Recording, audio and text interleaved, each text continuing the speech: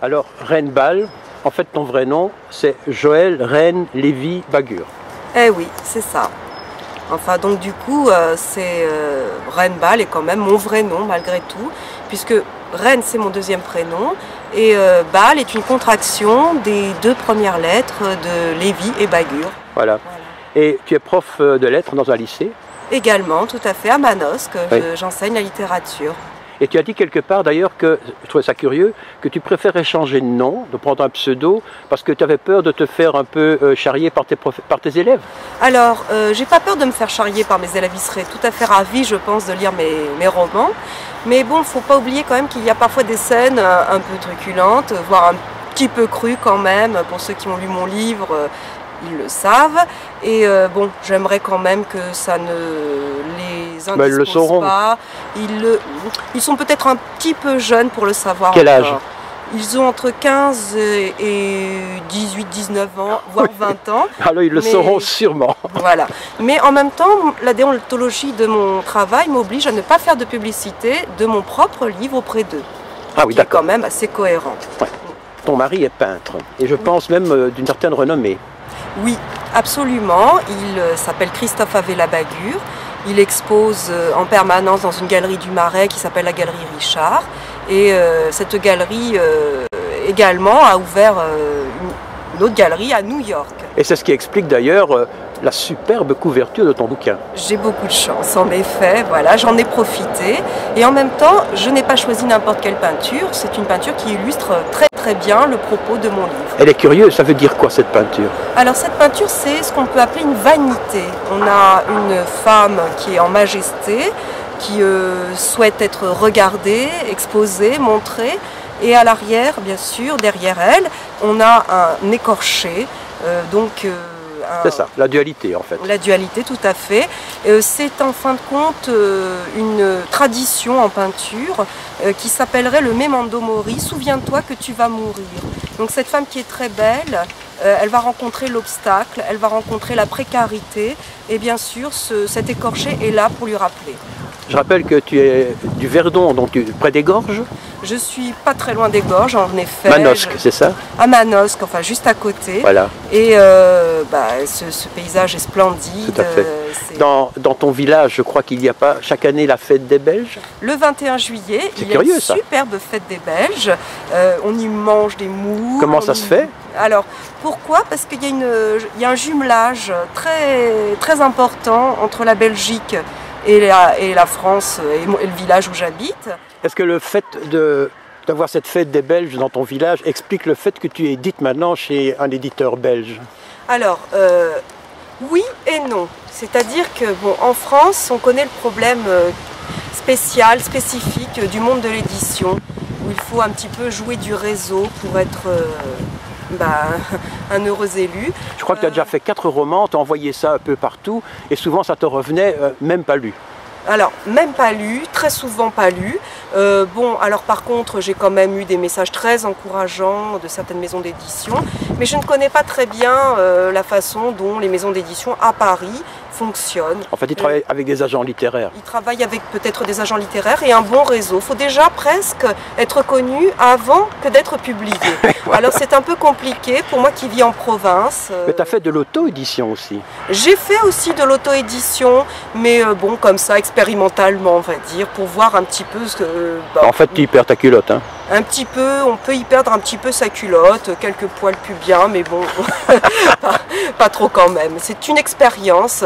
Voilà, donc je progresse, je suis passée de l'auto-édition à l'édition avec Chloé Délices, et puis maintenant j'ai le pied à l'étrier, je me sens plus sereine pour avancer dans mon travail de romancière. En fait, tu as un roman qui est publié chez nous, et puis tu en as un autre qui est en préparation. On va d'abord parler du premier, celui dont la couverture apparaît à l'instant. Oui, tout à fait.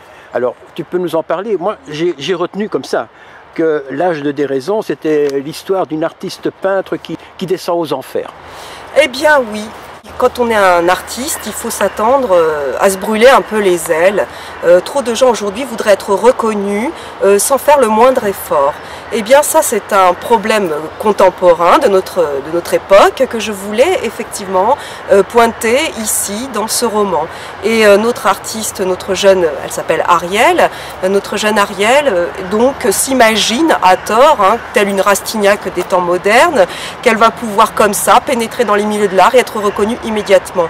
Elle va sacrifier à cette ambition tout, un peu de son âme bien sûr, son amour, son intégrité, et elle va effectivement descendre en enfer jusque dans les maisons de repos qui sont pour moi une sorte d'emblème précisément de l'enfer contemporain. Mais ça nous amène au deuxième roman en préparation, et le thème ce sera les maisons de repos. Alors les maisons de retraite. Ah bon, quelle différence? Alors une maison de repos, c'est quand on est très dépressif à n'importe quel âge, et qu'on va effectivement se faire soigner. Donc ça c'est une maladie contemporaine pour le coup. Et une maison de retraite, c'est un mouroir. C'est un hospice, voilà, où on est plus ou moins bien traité. Bon, cela dépend de l'argent qu'on y met, bien sûr. Et donc là, pour le second roman, Devant la nuit, effectivement, mon héroïne, là pour le coup, est une vieille dame, contrairement à Ariel, qui est une très jeune femme. Donc voilà, j'ai voulu aussi faire un roman par génération. Et cette vieille dame est à la fin de sa vie, au crépuscule de sa vie, et elle s'interroge sur ce qu'elle va laisser à son entourage, ce qu'elle peut garder, quelle est l'utilité de ses souvenirs, et elle va user, disons, ses derniers instants à cette réflexion sur le sens de sa propre vie. Je me suis un peu informé évidemment, et j'ai lu tout ce que tu as dit, écrit, etc., ce qui est paru dans la Marseillaise d'ailleurs, oui. Des académiciens comme Tolstoï, Flaubert, etc. Mais que tu trouvais que quand on écrit un livre, il doit être utile.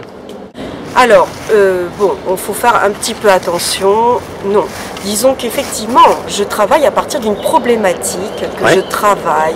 J'isole une problématique contemporaine, c'est très important, pour dire quelque chose de notre monde. Mais attention, l'intrigue, le récit, c'est ce qui fait prendre corps à cette problématique. Donc, on lit une histoire quand on lit un de mes romans. On lit une histoire, on lit une aventure. Ici, c'est une odyssée intérieure pour l'âge de déraison. Mais effectivement, le but quand même, c'est pas simplement de raconter une histoire pour en raconter une de plus. Nous ne sommes pas des enfants après tout. Non, et tu dis qu'il ne faut pas qu'on lise un livre comme on fait un bon resto. Il faut quelque chose de plus. Il faut quelque chose de plus, un supplément d'âme, une nourriture spirituelle, osons le mot quand même. On lit aussi pour se nourrir l'esprit. Donc pour moi, c'est très important d'amener des pistes de réflexion, voire pourquoi pas aussi des réponses sur ce que pourrait être, par exemple, dans l'âge de déraison, une petite sagesse contemporaine, puisqu'on ne peut pas accéder désormais à la grande sagesse, on ne peut pas se fermer à tout désir, c'est impossible, mais au moins accéder peut-être à une espèce de... Tu ne serais pas un peu bouddhiste ? Absolument pas, je suis ni bouddhiste, je ne pratique aucune religion, voilà, ça je préfère le dire. Tu es athée ? Oui, voilà, je suis athée. Et je le revendique. Oui, bien sûr. Donc ce n'est pas une histoire pour une histoire. Ce n'est pas une histoire pour une histoire. Par exemple, dans l'âge de déraison, il s'agit effectivement de réfléchir au narcissisme de notre époque. Voilà, et à ses dérives, et aussi à la difficulté d'être une artiste. C'est quand même pas non plus un thème extrêmement compliqué. Sauf que bon, dans ce livre, des réflexions sincères se greffent et qui permettent aussi d'avoir une critique du monde contemporain. Parce que toi aussi tu descends aux enfers ? Je peux descendre aux enfers, mais pas tout le temps, il faut en revenir. C'est up and down, comme on dit. Voilà, exactement. Il ne faudrait pas que... Mais ce que je décris, je l'ai connu aussi. Voilà, bien sûr, la descente... de toute façon, il faut un peu quand même descendre au plus profond de sa douleur aussi pour écrire.